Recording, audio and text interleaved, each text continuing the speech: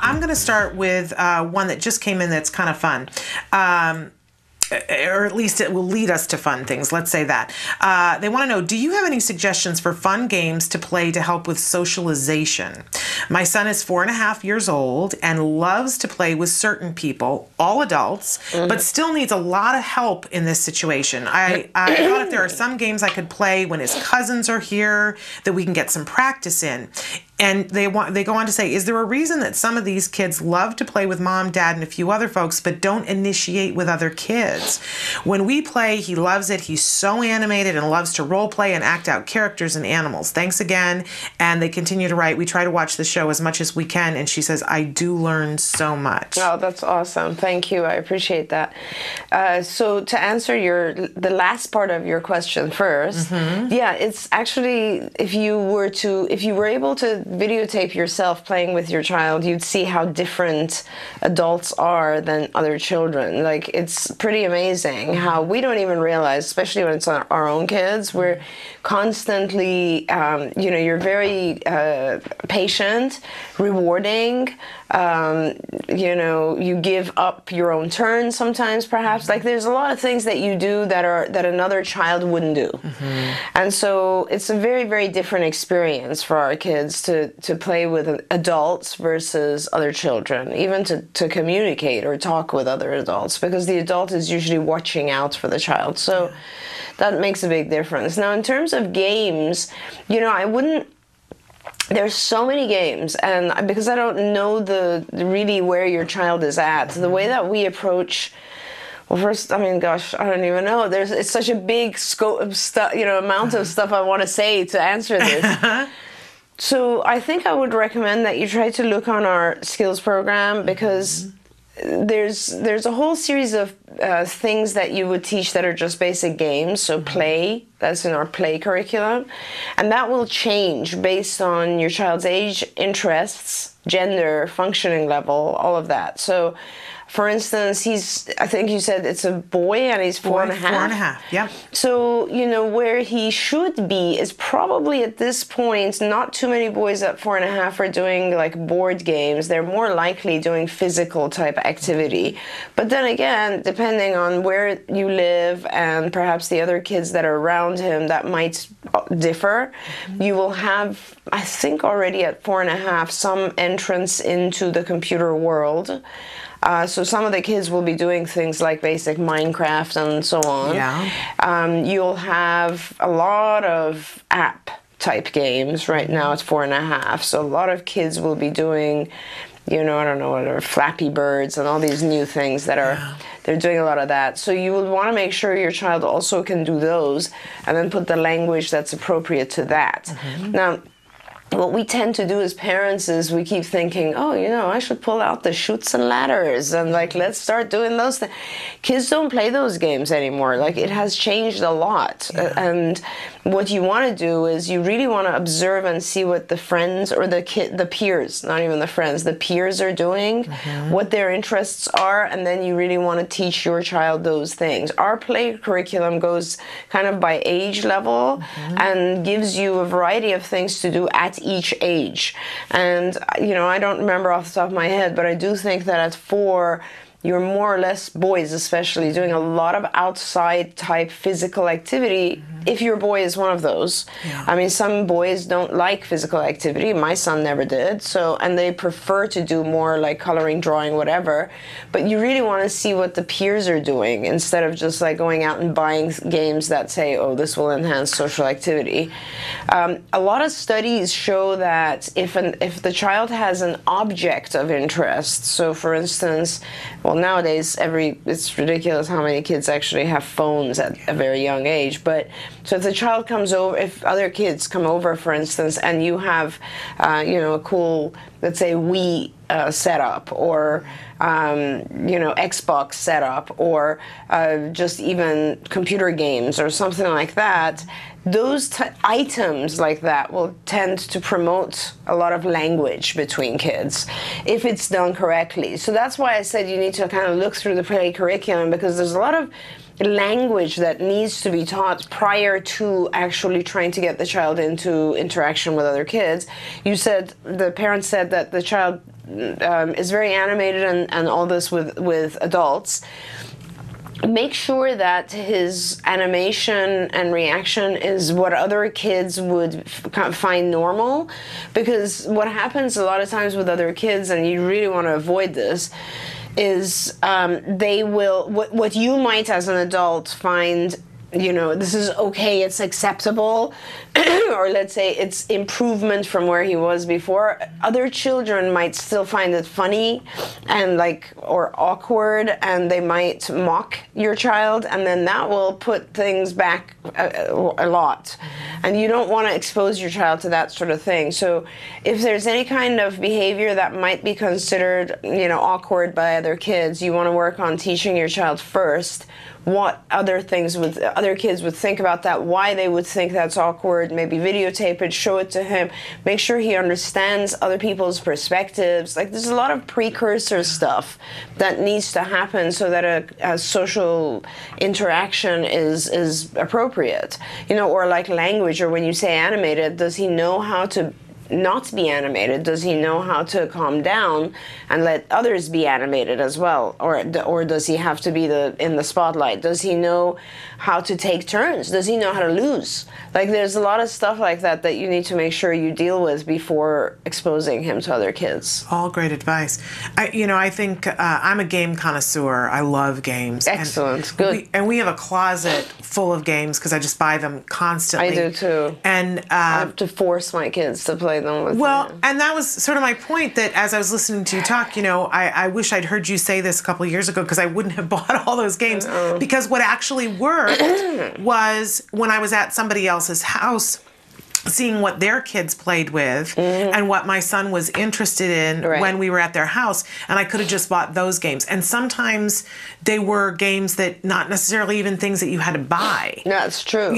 Sometimes it was just, doing something, a game on paper. Yep. We went to one house and they were doing a treasure hunt thing. Yeah, where they were in two teams. Fabulous. And there is a treasure hunt game in Skills. Yep. In fact, and that was probably the most social thing, and it didn't cost anything. It was just some ripped up pieces of paper in two teams. Right. But we needed to work on it with my son, and so that he could fully implement when he went to their house again. Absolutely. And then there were some other games that I remember when he was around 4.5 that he absolutely loved, that you can't necessarily get. Now you have to go to garage sales and get. That's true. But the two that I remember that were really successful with Jem, that were very social, Hullabaloo, which is a cranium game, and it comes in lots of different kinds of incarnations. But there's one that's a disc that you put in a DVD player, and the kids all play. It's sort of like a younger version of Twister, but they get to role play. Oh, great! You have these little mats that you put down on the floor, and this host comes on like a TV show, and he says, "Okay, everybody, act like you're an elephant." Oh yeah, perfect. And there are kids on the screen who are elephants too, and then they'll play the music, and they'll say, "Everyone, get on a red square." See, that's perfect. And the red squares, you can put them in different places, and then he says, "Now look down. Does your red square have a crab on it? That's You're awesome. The winner." Yeah. But I think you have to get that at a garage sale or on eBay now. You can't find it anymore. Right. But on that, don't forget your second game. But that is so important, because now I remember. I was trying to remember, what did Sonny do when he was 4.5 or 5, and a lot of the kids are actually into a lot of musical type stuff too, boys too. Yeah. So that sort of TV show activity or music and so on. I think he was into what was that Australian group, Wiggles. Oh, the Wiggles, yeah. I think that was, and there's a lot of play, dress-up play at that age, too. Oh, so being firemen and doing, And that's all in the socio-dramatic section of Skills. That's right. You can find great lessons in there. The other game that I was thinking about is a game called Jam Pack. And it's a car, so the boys were really interested in it.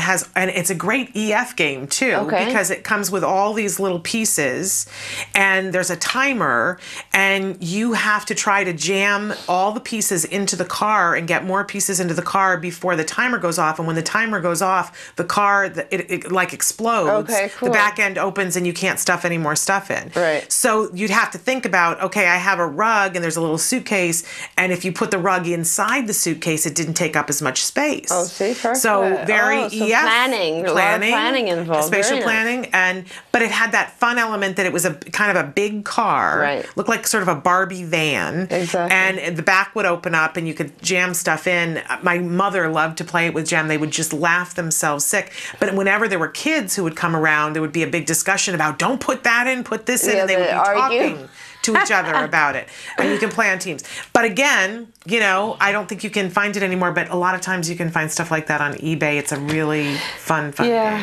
I mean, I think it's just, and there's a lot of games that will evoke language, you know, a lot of language, like descriptive type games, you know, like Name Game or 20 Questions. One of the things my kids still love, and I think they loved all the way back then, were these little, they have them everywhere, Target, $12, you know, where you can't stump it. The 20, the 20 questions. 20 questions, 21 or 20 questions, whatever. And you'll think of something, and that's almost like the describe program lesson, you know, so you'll think of something and it asks you questions about it, and you have to answer the questions, and the machine has to figure out what it is, and it's spectacular. It is fun because it forces you. I love it for our kids, but your kid is probably too young for this. I wish they'd make a very childlike version of it, you know, because, or you could do, we used to play it just on paper, right? I mean, so you just write something down and other people would ask questions until they figured it out. Well, you could play it with them. If you sat and held it and read the question to them, if they're a pre-reader, you could play it with them. Yeah. Except these, like, you don't want difficult categories. You know, a 4-year-old won't know, like, is it made of wood or stone or whatever. Right. So, and then at parties, of course, I remember our kids just doing a lot of outdoor type, you know, like what are those where you tie their legs together and they have to race. Right, the 3-legged race. So I think 4.5 boys, I don't know. I mean, I think it's much more active still than anything. I agree. So, you know, there's a lot of feedback right there. But you will find a lot of feedback also and a lot of advice and guidance on the play curriculum as well as the social curriculum of skills. Absolutely. I will say when he's a little bit older too, one of the big popular games with Jem and his friends, and they play it in his, he still has a 1 day a week, they call it Lunch Bunch, where he gets together with a group of kids with a speech language pathologist, and they play games during lunch, and it's an opportunity for him to work on social interaction with them and social language. And one of the big popular games they play is Apples to Apples. Have you played that one? It's a very fun game because you have to look at language in lots of different ways. Right. But that's a little bit older than 4.5. Right, You've got to have some more skills. I would say at least second 7 grade. or something, or even second grade, so older maybe. Well, what is that, like 8, 6, 7? 8, 7, 8, Okay. I can never remember what grade, what equals what age. In any case, so hopefully some good ideas and some good information about why they're playing so well with adults and hard to initiate. And also one more thing, the thing that I was always told, find Jem a play date with a bossy girl. So that then he didn't have to initiate. Yeah, that was something I learned very early on. Like, I think, I don't even remember, but back, you know, God knows when, I remember, like, I think it was even when I was writing up my dissertation or something, because I was in preschools for over a year. I was in schools just observing kids and trying to, because I was designing a new scale to measure social skills in kids. And I was just observing and noticing that, like, the best playmates are the slightly older, maybe 1 or 2 years older girls that are just like, they don't care if you speak, don't speak, and they don't care. They just want you to follow them around and do whatever they want you to do, you know. So they're awesome older girls. So I always start out with, if possible, you want to start out with an older girl, like maybe 1 or 2 years older, and especially a bossy teacher type girl, and that'll be awesome. The bossy gut. Right. That's what we always call them, the bossy gut. The girl who's going to tell you, no, stand over here and do this. Yeah. And is clear about it. I told you not to leave. Right. You have to. And they'll order them around, and that can be good for a while. Right. Okay. Next question. We've had a lot of questions from different people about treating younger kids and how young. So this is another one. Hi, Dr. Doreen and Shannon. I had my kids assessed by CARD in September. One of my sons has the big A, so he started with CARD in October 40-hour program. Yay for you. Now, my 17-month-old tested really good, but had no speech, so CARD told me to contact regional centers since he is under 2. I started him with regional center. He is receiving 1 hour of OT and 1 hour of speech. Lately, he has been displaying behaviors such as throwing himself himself on the floor, lining up strollers, tantruming over everything. He points and is very social, but speech is still an issue. I spoke to his caseworker to try to get him behavioral therapy. She said they would have to wait until 30 months to do a psych evaluation. Personally, I'm afraid to wait that long to see if he will regress into something else. What can I do? I have private insurance. Does CARD take kids younger than 2? Please help. Thanks and God bless. Yeah, we will. So I have many reactions to that question. So the first thing is, of course, please bring your child and we will start with your child. Absolutely. We love to start, the younger the better. Right now, I've started kids as early as 9 months. So Okay. just to tell you, if I see symptoms that concern me, that are unusual, then I'm going to start.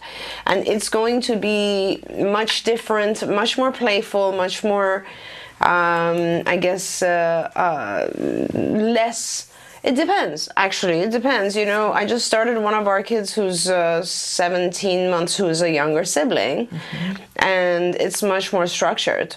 So it depends on the child, and you can structure it as much as you want, as we want, and we will. And the skills that we teach will be mainly compliance, beginning language.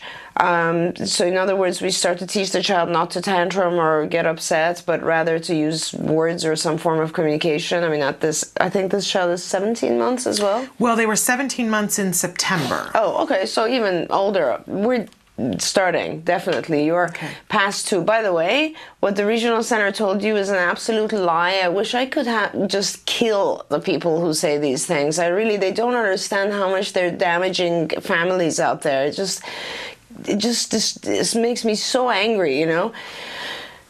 So the regional center is obligated to actually pay for everything and anything you need before the age of 3. They are supposed to be doing that. Part of the reason is that they don't do that is because they're trying to actually delay things until your child hits 3, and that just kills me.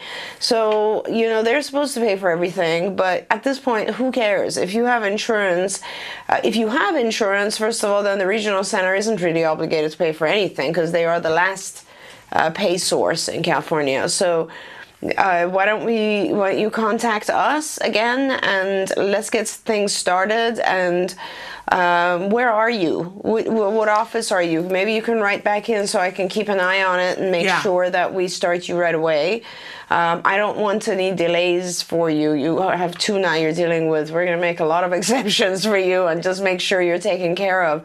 Our younger kids are much easier to staff too because they're not in school. Right. So we have morning therapists available pretty much all the time. So let me know where you are. Perhaps you can write back in, and then I will make sure to email whoever's in charge of that office. So if you're still watching, because I know you just wrote that in recently, so write and tell us which office, and we'll be, and you know what, why don't you send your email so that we can be in contact. Take care of you, yeah. Okay, great. I think we should take a break. Sure. And then we'll be back with more of your questions after these messages. Welcome back to Autism Live and to Ask Dr. Doreen. Dr. Doreen Granpeesheh is here with us in the studio answering your questions live. We had, this entire week our subject is love because it's Valentine's Day week. Oh, yeah, sure. So we specifically asked on the Facebook page today, did anybody have any questions about love? And somebody wrote in and sent us a beautiful picture of a lovely, lovely, beautiful girl. Right. And she writes in and says, how do I teach my daughter to love herself? I know she's beautiful, and I don't know if she understands her true beauty. And that is a beautiful young woman.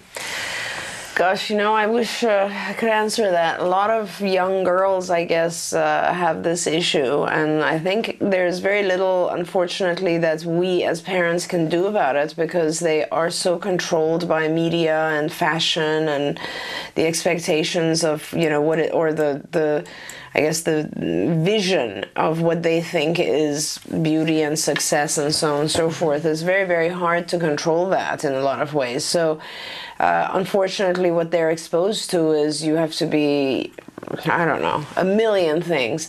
And so I guess if you can try to not focus, I wouldn't focus too much on the physical aspects. I would just really focus on anything that, you know, the trait, the characteristic that differentiates your child. I can think of with my children, the beauty that I see in them is completely different from each other. They're all beautiful kids as well, but physically, but I never really, I mean, I do daily have all their lives told them how beautiful they are, but I think what they consider in themselves to be beautiful is different things, you know? Like, I think Nikki's beauty comes from her gentleness, her kindness, and I think she knows that because the entire world tells her how just kind and good she is, you know? And Sonny, I think he knows that his beauty comes from humor, and there isn't a single person in the world who doesn't think he's the funniest guy they've ever met, you know? And Charlie, her beauty is from energy and from just like life. She's so full of life. And I think that's what you identify and teach your child to see, because the more they associate themselves, I guess, through life with that's the person I am, the more they feel confident in their own skin. And I think that's when you start seeing your own beauty. Absolutely. I think, and that's something that you guys do at CARD, is help to identify the strengths of a child. There's even a lesson about it in skills and the self-esteem about identifying what your strong suits are and what you need to work on, and being able to talk about the things that you do well without bragging. There are lessons specifically about that in skills, which I just think are amazing, because I don't know as a parent that I would have known how to handle that. But it's so important for our kids. You know, I often say that, like, what our kids tolerate, like what what they tolerate. I mean, honestly, they have someone in their face almost all the time trying to tell them what to do or not to do, or so on and so forth. You know, most of our kids are exposed to sensory stimulation that they don't really like, and they tolerate it and put up with it. Food-wise, they don't necessarily have the choices that other kids do, and they're exposed to those foods and they can't have them.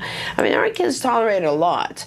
And then it's so easy for us to just ignore some of their ridiculous strengths. You know, I have kids where, after years, you know, of being with us, like, I've suddenly said, why don't we try to develop this particular skill? And then the child becomes like a incredible pianist or something, you know? And so it's very, very important that you identify some of those things for your child, because if they have one thing that sort of differentiates them, stands out from others, that is really the key to having a certain level of self-confidence. Absolutely. We actually have a video on YouTube, the first time I interviewed Temple Grandin, where she talks specifically about just this issue, about how to identify in your child, you know, what it is that you want to bring out that will be their unique talent. And you can find that on our YouTube page. And we're not. And what's important for parents to understand is that these things do not have to be the typical things. Like, they don't have to be like the, you know, not every child is a fabulous musician. Not every child is an incredible artist, although a lot of ours are, I have to say. I honestly will say that the percentage of really talented individuals, music, art, and so on, in the spectrum, I think, is way higher than the normal population. I should probably do some sort of study and write that. That would be very important to identify. But I mean, I think, like, a lot of our kids have ridiculous mathematical ability.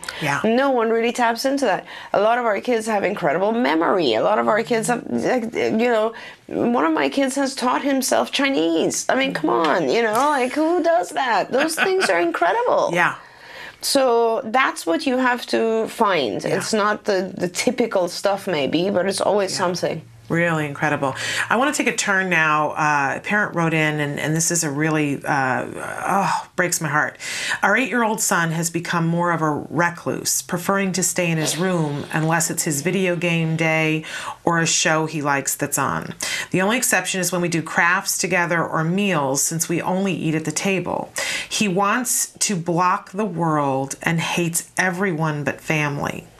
I understand his need to make his life comfortable, but at a recent appointment, his doctor added anxiety and depression on top of his autism. I wonder if the new diagnoses are basically a part of autism, or has his need to isolate caused them along with mood swings. Also, we've run out of ideas to get him out of the room and could really use some advice.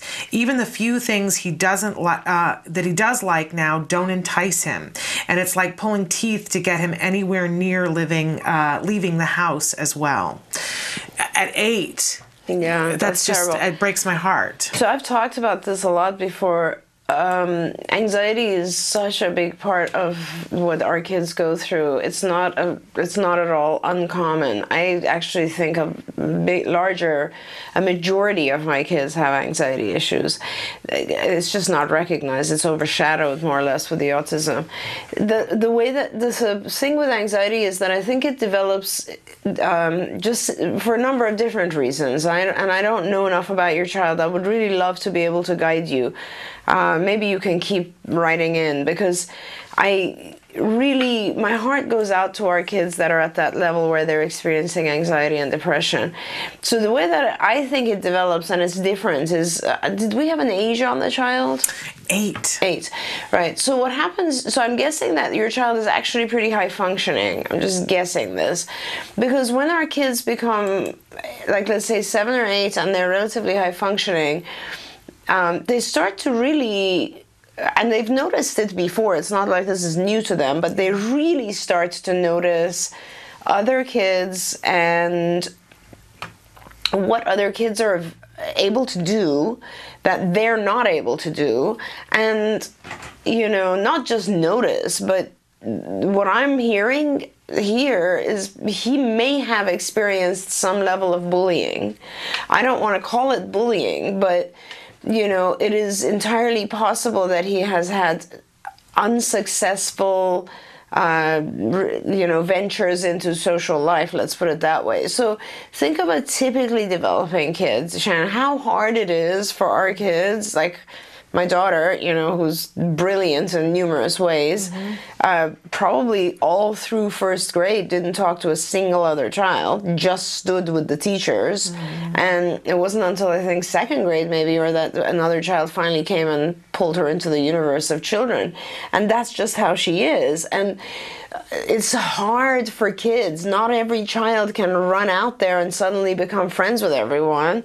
They're typical children, typically developing kids are shy. They don't know how to handle social environments. So now think how hard it is for our kids, where they can't track maybe some of these things that I'm listing will apply to your child. So like they have a very hard time reading social cues, so they can't track what's going on around them accurately. They don't know what other kids are experiencing or what they're talking about. They miss information. They will miss language because they don't have as much language. They're not as good at certain things as other kids are, so they'll fall behind. Whatever it may be instructions from the teacher, it may be understanding a joke, it may be whatever, a game they don't know, and whatever it is, they will experience failure more than our kids, the other typical kids will. And so our kids will start to automatically, just by their environmental experiences, be punished for interacting. This is a very typical thing. That's why a lot of times people ask me, what is my program, the CARD program, what does it have all this like pre-development stuff before we put the child in school? Like I will hold kids from school so that I can teach them more language, more social, more attention and so on, because I don't want them to go into the school setting and fail. I don't want them to fail. I want them to have a successful experience. And there's very little control once they're in school. And so hearing this, to me, it sounds like your son has had negative experiences and he hasn't found the kids that will reward him. And, that's the key, right? So the first friend you have, the second friend, any friend, these are people who go back and forth with you and reward each other. How do we reward each other? We agree on things. We share experiences. These are how people become friends. And so your child needs finds that one other person that is going to make him feel a little bit safer, not so alone, not so different. And perhaps he's already had some bad experiences with school. I don't know. These are the things you need to find out. You don't worry so much about getting him out of his room. You know, getting him out of his room should occur naturally if what's outside of his room is rewarding enough. So right now he's isolating. Anxiety, by the way, is fear of anything. So it's fear of embarrassment, fear of failure, fear of being noticed at this point, you know. And depression is anxiety turned in. It's anger that you produce, that you turn inside towards yourself. So it's kind of like, I'm so afraid now I actually don't even want to go out. I'm just going to stay in my room, and hey, this is sad, but I don't know what else to do because I feel horrible about myself. And so the best thing you could do is, well, I would do two things, I guess. One is I would try as much as I can to find one other person, one other child. It doesn't even have to be a child. I take that back. It does not have to be a child.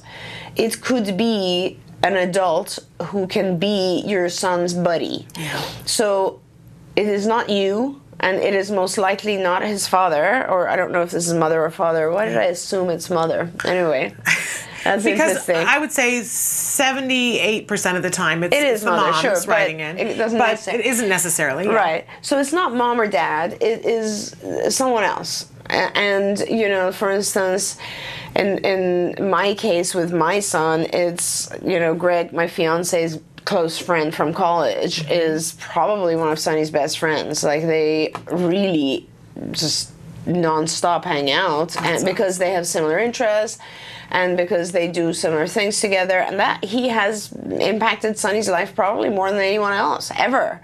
And it's because of the fact that they just, you know, the child then starts to feel really, really connected to another person and safe.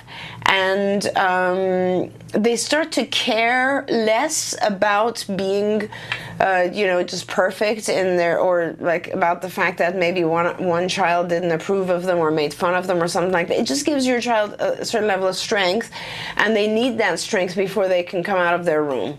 So that's what you need. You need someone. What are your child's interests? List those. Mm-hmm. Find someone else. You can hire a tutor to do this. Like, hire someone if you don't know, a cousin or a nephew or something like that. But have someone who just comes over, hangs out, does not try to initiate anything, just hangs out. Maybe does exactly the same thing your son's doing. If it's video games, I think it was like video games or whatever. Yes, video game day. Great. They just sit next to each other and do video games. They don't even have to talk for a while. Mm-hmm. Few months go by and they're going to become friends. That's just simple. Then the two of them, you can start taking them out to, let's say, bowling or outside activities, paintball, whatever it is. Then gradually things will change. You cannot, I mean, you can behaviorally, obviously you can change any behavior behaviorally and say, yeah, every time you come out of your room, we're going to reinforce you, but it's never going to maintain in the natural environment. Mm-hmm. You want behaviors that are going to maintain, and the maintaining factor to social behavior is social reinforcement. Mm-hmm. So build up that level of, like, make your child have the experience of social reinforcement with one other person, and they'll become more trusting of the universe again. Really remarkable advice. I'm so inspired. It's just so hard with our kids when that sort of thing happens, but it really, I mean, and I don't know, you know, it's just important. Our kids are all different from each other. You have to find other kids that have similar interests, or other individuals who have similar interests. Yeah. Yeah, really remarkable, and you might find them in the most interesting places. Oh, absolutely. I mean, Shannon, my son, you know, Sonny, like we've been going to Maui every year, a couple times a year since he was a baby. And when we go there, he'd be like, oh, I want to sleep, you know, typical teenage boy. And this last year was the first time that we took Juan with us. It was his, my Greg's friend, you know, who's good friends with Sonny. And 7 a.m. Sonny was down in the ocean with Juan, you know, 10 p.m. they're down in the pool, and just like it completely changes him. Yeah, it changes the person. We've had Monica Holloway on the show. She's the author of Cowboy and Wills, and her son Wills is a teenager in high school now, and she talks about she had a caregiver who would come to her house, and the caregiver's son is about 6 years older than Wills, and he became that buddy for Wills, and he's somebody that Wills can go to and ask questions, and his self-esteem became so much better because he saw himself through that young man's eyes, who always said that he was incredible, and that it was life-changing. So exactly that kind of thing you're talking about. So we hope that you can identify that person. It might take you a little while, but a worthwhile thing to do. We're going to take another break, and we're going to be back with more questions with Dr. Doreen Granpeesheh after these messages. Welcome back. We call this portion of the show Ask Dr. Doreen, because Dr. Doreen Granpeesheh is here with us, and she is answering your questions in real time. Again, you can be posing your questions on the live feature at autism-live.com. You don't have to do that within the live show. You can be doing that all week long. I keep them in a place so that we can get through as many as possible. So I love this question. Love it. If 8-year-olds who are neurotypical are not necessarily apt in perspective taking, how do we teach it to our ASD children? I want to know, how do we teach it to everyone? I want to, while people are sleeping, I want to run a sub-program in their sleep that teaches them perspective taking, because our kids' lives would be easier if people would stop and consider what it's like for them. Such a good point. Such a good point, Shannon. You're so right. That is so true. Absolutely. I don't know, to answer your question real quickly, we've written every possible way that you can teach perspective taking in our cognition curriculum and skills. Let me tell you, there's a million different ways you can do it, and we have outlined all of it. And most of that curriculum does apply to typically developing kids. When you start teaching perspective taking, you're not really teaching it to kids that are all that different from typically developing kids, because our kids do get to a point where they're very, very similar. They just have a hard time understanding other people's perspectives. Now, let me go beyond the typical 8-year-old and say maybe more than 50% of the adults I know are not that good at perspective taking. Maybe more than half. I mean, I haven't really ever, done a head count, but a lot of people have a hard time with perspective taking. A lot of people. And honestly, I think that is, it is probably the primary reason for most human interactive problems. So in other words, I think most divorces are because one or the other or both can't take perspective. Most, any kind of abusive relationship or differences amongst couples or even friends and so on is usually just because we don't understand other people's perspective. So it is something that, as Shannon said, it would be good if many of us had more of it. And we do have a lot of different games and so on that you can play with kids that help them teach things as basic as just blindfold task, for instance, is one of the ones I really like, where you blindfold the individual and have them start telling you how to get from one place to another, or the blindfolded person. The child's telling the blindfolded person how to get from one place to another. It really forces the child to have to see things from that person's perspective. Or comic strips, we use a lot of comic strips, and when someone says something, we then have our child identify what do they actually mean, what are they thinking, how do they feel when they say it, all those types of... There's so many activities listed that I really just recommend you look in the cognition curriculum of skills, because just a million things you could do to teach perspective. There's games, there's all kinds of stuff that you can do. I didn't realize until my son was diagnosed with autism and started to get better using those same lessons that are in skills, how bad my perspective taking was. And he tells me on a regular basis. He will say to me now, he'll say, "Mom, you are not thinking about it from my point of view. I love that. You are not thinking about what it's like to be me."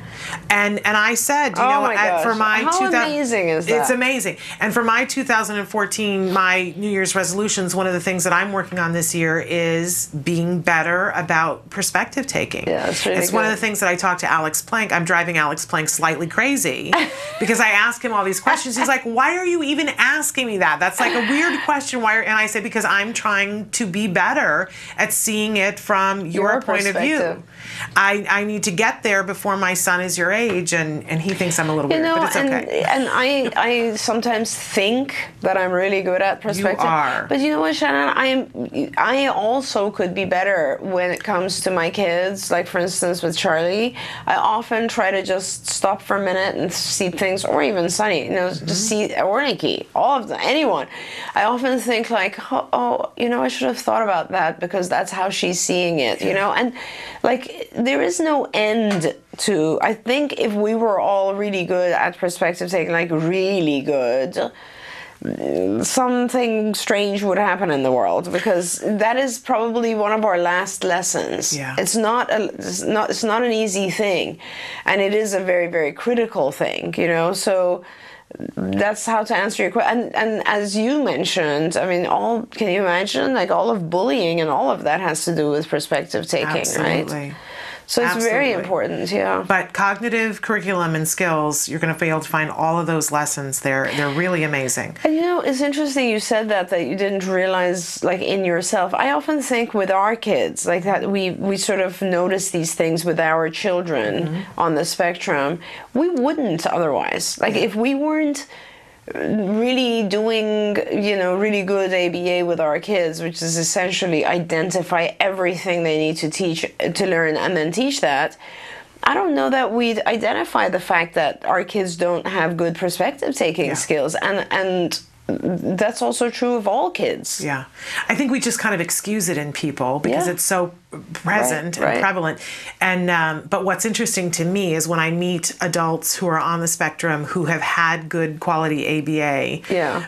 That's why they're so sweet. They are. They're so sweet. That's why they're the best people. That's right. And that's kind, right. That's right. And you go, and they're and understanding. They don't get genuine, offended. They don't get offended. They're like honest. The nicest people. That's right. That's why I always say I love my adults, because they are just like the best people in the world. Part of it is because they have incredible perspective-taking skills. A couple of summers ago, there were 3 young guys who were working here who were all on the spectrum. And of course, this building is filled with young men and a lot of IT guys that, that are on the nerdier end of things, right? That aren't on the spectrum, right? But these 3 gentlemen were the best. They were gentlemen. You couldn't walk through a door that one of them was holding a door for you or holding the elevator and saying, "How was your day today?" and being super uber kind, and they would just put a smile on your face because they were so Shannon, kind. were you ever at when the 3 of them spoke at the retreat? Oh, you yes. were, I was in the back, eating tissues because I was trying not to make the ugly cry sound in the back of the room. It was so inspirational. You know how when you get ugly cry and then you get into that kind of noise. They were amazing. They spoke. It was one of the most amazing things I've ever experienced myself personally, being that they were 3 of my little boys. It like kills me when I think about it. And successful and doing things with their lives, and each one of them had a completely different perspective on where they were going, and humorous. We laughed. Like the whole video, so they had, just for our audience to know, they had put together a video which I had asked them to do, sort of their lives. I had asked them to put a thing together for the supervisors at CARD, just to be able to sort of experience their lives. Instead, what they did, which I love them for this, I miss the 3 of them. I honestly do. Me too. Being here. They put together a video and a presentation of I don't even know how to explain it. It was almost like a parody. It was a parody. It made hilarious. fun of the people here. Yes. And it was fantastic. I mean, they had caught people in the most interesting situations and had put this video together to show how odd the people around them are, and it was just spectacular. I loved it. And then, of course, all 3 of them had written speeches and wrote those. I was going to say, one of the things that would be spectacular if we could do this is to actually play that entire thing, because the whole thing was videotaped. Yeah. on the show one time because it was just unbelievable. It was an experience I will never forget. It was absolutely amazing. It was so inspirational. And I don't think anybody who was there wasn't so moved. Everybody was laughing and crying. It was bedlam because we didn't know what to do with ourselves. It was amazing. Everybody it kept standing up and staying standing up because they were absolutely amazing. Right. And I know at least one of the parents was there, and because I ran into him in the gift shop. Yeah. And he identified himself, and I said, "Okay, your kid is so amazing. You must be so proud." He said, "He's my hero. He's totally my hero," which I completely get. Of course, and he now has his master's and is a biostatistician at UCLA. And I think that's who you're talking about. Yes. Yeah. Amazing gentleman. Love my guys. Okay, love this question too. Somebody wrote in and said, "Hello, thank you, Shannon, for always being so positive." I'm not always, but I try to be. My question is, when do I know that my child's ABA is not necessary any longer? I keep thinking our kids can get better, but they would always have some sort of symptoms of autism even when they do improve in many ways. How do I know ABA can stop? And they said, "Thank you." It's a quality question. Good question. Yeah. It's a very, very good question. I love that question. So I'll tell you how I know. This is what I do. I do two things. I think I'm not sure if I understand from your question if you feel your child is finished or you feel like ABA isn't helping anymore. I don't know which one it is. I get the feeling, I know a lot of us ask like midway in, well, how will I know when we're done? I'm never going to be done, am I? In the beginning, I kept saying, when can I be done? Right. And then in the middle, I was saying, there's always going to be something to work on. Right. And I got nervous about losing the ABA. So maybe that's me putting my stuff on it. But because I can't tell if that's what the issue is. So let's answer both. Okay. So one side of it is, how do I know if my child is done? That's one question, right? Mm-hmm. So that, of course, is very important in that what I do is I depend on standardized testing. I can't be subjective about it. I'm trying very hard not to be arrogant in this field because, I never want to think I know everything. And so what I do is I will, most of the kids here, we won't allow kids to terminate unless there's been sort of someone's at a senior level has signed off. Because we want to make sure the first thing we do before we're even, like when the supervisor feels like my kid's doing great, we're at the, top of all the levels of skills that he's supposed to do. So I guess that's our first catch. The first catch is, so our supervisors continuously use skills, our online curriculum and assessments and so on. Skills has these charts that indicate the age level of every skill. And if you have met more or less the age levels of your age, so in other words, your mental functioning is at your chronological functioning age. So you're doing everything that another child of your age should be doing, or almost everything, then the supervisor will say, I think he's done, or he's pretty close. Mm-hmm. And then at that point, we bring the child in. I'll want to see the family most of the time if I can, and then we do assessments. The assessments are standardized testing, which we do every year anyway, but we do more at this phase. So at this phase, we're looking, first of all, we want normal IQ, just across the board. IQ is very telling. People think IQ is garbage. It is in the sense that you don't want IQ to define your life or your child, but the IQ tests are very telling because they will show you things like how strong is your child's working memory or your processing speed, things that are very important in life. So you want all of that to be pretty much in the normal range. You don't want it to be perfect or above perfect. You want it to be in the normal range, which is 85 to 115 one standard deviation above or below the norm. Then the second area you want to look at is obviously language. So we want language testing, and usually by the time your child is being tested for past the age of 7 or so, then we're looking at doing pretty advanced language tests as well, not just things like the TOLD or the SELF, which are basic speech tests that are very helpful. Mm-hmm. But in addition to that, things like the test of pragmatic language. So these are high-level tests that help us identify if there's like pragmatic language, social language problems, or the test of problem solving. These are very, very good tests. We also test on the executive functioning, so we'll either give the brief, which is a test of executive functioning for the parents to fill out, or teachers and so on, and it's a questionnaire, or the NEPSI, which is a neuropsych test, and we'll select segments from it and administer it and make sure the child's executive functioning skills are appropriate. Social skills tests we do, obviously, in order to make sure those measures are appropriate. So we do a series of standardized tests, and what we're expecting to get back is something similar to what a typical child would get, which is pretty much within the 100 range T-score.